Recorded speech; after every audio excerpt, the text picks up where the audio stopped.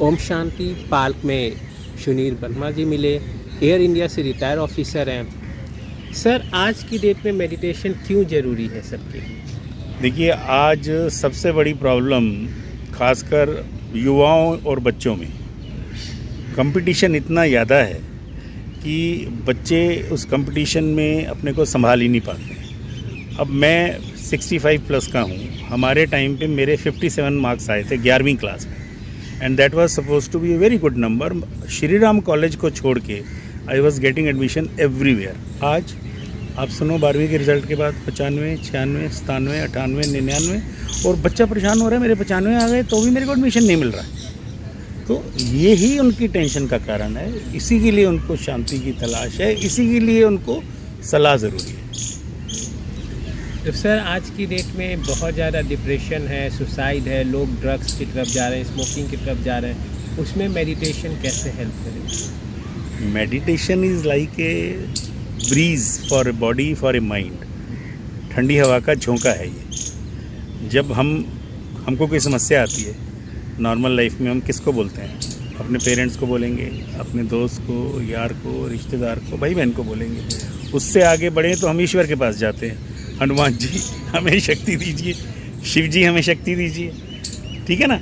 यहाँ हम अनेक धार्मिक स्थलों पर जाते हैं। यहाँ किसी के पास अगर कोई बंदा उपलब्ध हो तो he can go to his mentor also, his guru also.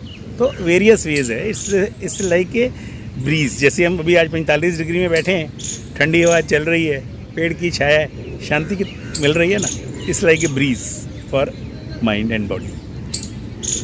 Sir, तो मेडिटेशन ने आज की डेट में लोग कहते हैं कि ओल्ड एज पीपल के लिए, पर्टिकुलर ग्रुप के लिए, हम लोग यूथ हैं, हमें इंजॉय करना है, ये हमारे लिए नहीं। आपने बहुत सही कहा।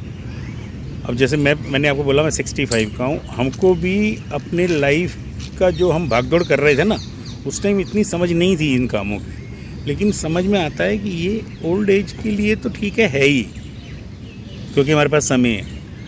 बच्चों के लिए बहुत ज़रूरी है। बच्चे जो हैं, क्योंकि वो रेस दौड़ रहे हैं, किसी न किसी तरह की रेस में इन्वॉल्व हैं, और उनको रेस में अपने आप को वो पिछड़ता पाते हैं। वहीं से डिप्रेशन शुरू होता है।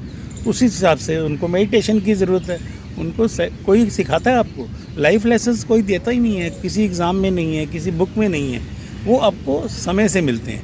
लेकिन अगर पेरेंट्स, मेंटोर्स, गुरुज, जानने वाले जो भी लोग हैं, उनको शुरू से ही ये सब चीज़ें सिखाएं जो लाइफ में उनको काम आएंगी, तो बहुत अच्छा रहेगा। और मेडिटेशन तो उसमें से बहुत ही अच्छी चीज़ है।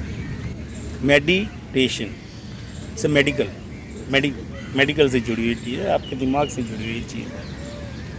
आज की डेट में आप देखो, अब सारे कह रहे हैं ना कि कल मैं पढ़ रहा था, बोला एकादशी का व्रत क्यों होता है? व्रत तो सारे होते हैं, बट वो कह रहे हैं कि ल्यूनर जो रेखा है उस दिन वो ऐसी जगह होती है कि अगर आप एकादशी का व्रत करते हो तो उसका प्रभाव डिफरेंट है। तो हमारे सनातन में जो चीज़ें पुरानी थी, उसके हर एक चीज़ के पीछे रहस्य था, और इतने रहस्य हैं कि आम आदमी समझ ही नहीं पा रहा आज भी। सर, कल बुद्ध पूर्णिमा थी, गौतम बुद्ध के बारे में सब जानते हैं। मेडिटेशन के बल पे उन्होंने सब कुछ अचीव किया, तो क्या आज की डेट में ये नहीं हो सकता? मेडिटेशन के दम पे आप सब कुछ अचीव कर सकते हैं? नहीं, आप सब तो कभी भी नहीं अचीव कर सकते। Meditation is one part of the life. मान लीजिए आपको ज़िंदगी में 10 चीज़ों की ज़रूरत है, 10 चीज़ें चाहिए, तो 10 चीज़ें किसी को नहीं मिलती हैं। लेकिन पासिंग मार्क्स अगर आपके 6-7 भी हैं तो अच्छा है।